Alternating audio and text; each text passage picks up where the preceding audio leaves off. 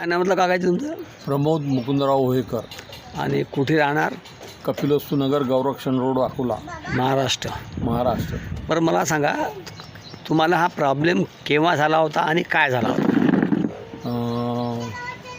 मला हा प्रॉब्लेम कमीत कमी 30-40 वर्षा अगोदर, 45 वर्षा अगोदर माझ्या मित्राने ॲक्सिडेंट केला होता. हां.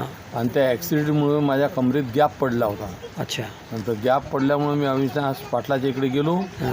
तिथं भरती राहिलो 2-3 दिवस. हां. मला बरं वाटलं आणि त्याच्यानंतर मी ॲटो चालवायला लागलो. बरं, पुढे मग कालांतरानं धीरे धीरे माझ्या म्हणजे हा पाय ढिला पडत जाय हां.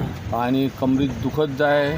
नस दबल्यासारखी मी गेलो 2-4 जणांना दाखवलं तर तुमची नस दबलेली आहे म्हणे. अच्छा. आणि याचा इलाज कुठंच नाही म्हणे. बरं, सर्वप्रथम जेव्हा तुम्ही पहिले डॉक्टरकडे गेले त्यात मला काही ऑपरेशन वगैरे काही असा काही सल्ला द्यालता का? काही नाही, फक्त काही त्रास नाही, फक्त उपचार केला आणि मला सुट्टी देऊन दिली आणि सांगितलं जसं झोपून राहाल हां तसं हाड जुळेल म्हणे. हां. तुम्ही जर याच्यात हालडोल कराल म्हणे हां. तर हे तुम्ही कमरीपासून वाया जा. या गोष्टी किती दिवस झाले?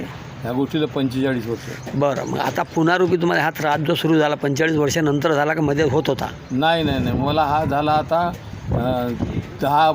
10-12 वर्षापासून. 10-12 वर्षांनी परत तसा त्रास सुरू झाला.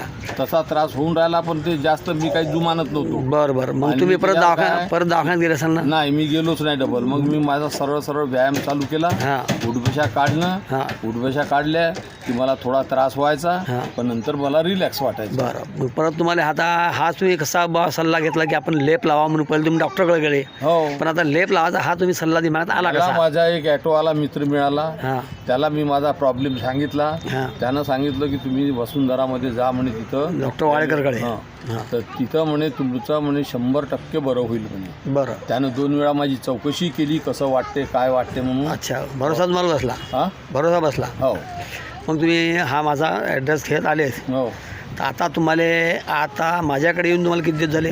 मला झाले 8 दिवस. 8 दिवस. म्हणजे लेप किती लागले? हा तिसरा लेप आहे ना. हा तिसरा लेप आहे. 2 लेप झाले. हो. आम्ही मागच्या सोमवारी आलो. अच्छा, बरं. आणि 2 लेपामध्ये पहिली जसं 100% तकलीफ होती बा, हो. तर आज तुम्ही किती कमी झाली सांगू शकता?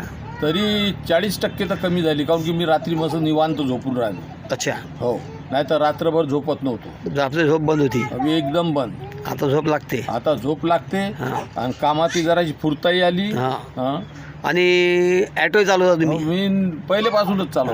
आता काय चालू राहिले आराम, कसं काही घरी बसले नाही तुम्ही? नाही. आता आज तुमचा तिसरा लेप आहे. हो. मी तुम्हाला 6 ते 10 लेप सांगितले होते. हो. पण 2 लेपामध्ये तुम्हाला 40% फरक झाला.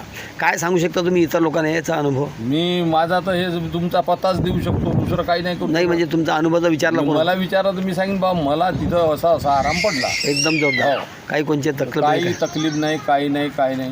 आणि तुम्हाला अडचण गेली की त्यांचा फोन नंबर आहे, संपर्क साधा आणि त्यांना विचारा. ओके, बढिया.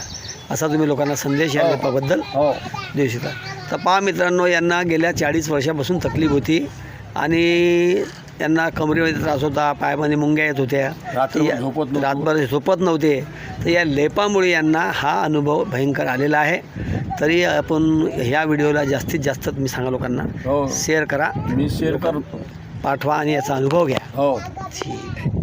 घडलेला विशेष अनुभव तुम्हाला सांगत आहात आहे आणि ते कृती करून दाखवत आहेत. काय चमत्कार घडला? मी असा कधी आयुष्यातही बसू शकलो नाही. पहा मित्रांनो, हे असे कधीही बसू शकले नाहीत. आज ते आपल्या विष्ठाच्या, जसं आपण शारीरिक धर्म करतो, संडासला जातो, त्या पद्धतीचे कधी बसू शकत नव्हते. पण आज रोजी तुम्ही बसू शकले. हो. हे तुम्ही कधी नाही करू शकले. नाही, हे कधी शक्यच नाही झालं. मागच गडलंच जाऊ. आता बसू शकले. आता बसू शकतो. ओके. तर हे दोघंही पती पत्नी आमच्या इकडे येऊन रोज या प्रत्येक लेपाला येतात आणि असा यांचा हा अनुभव आहे.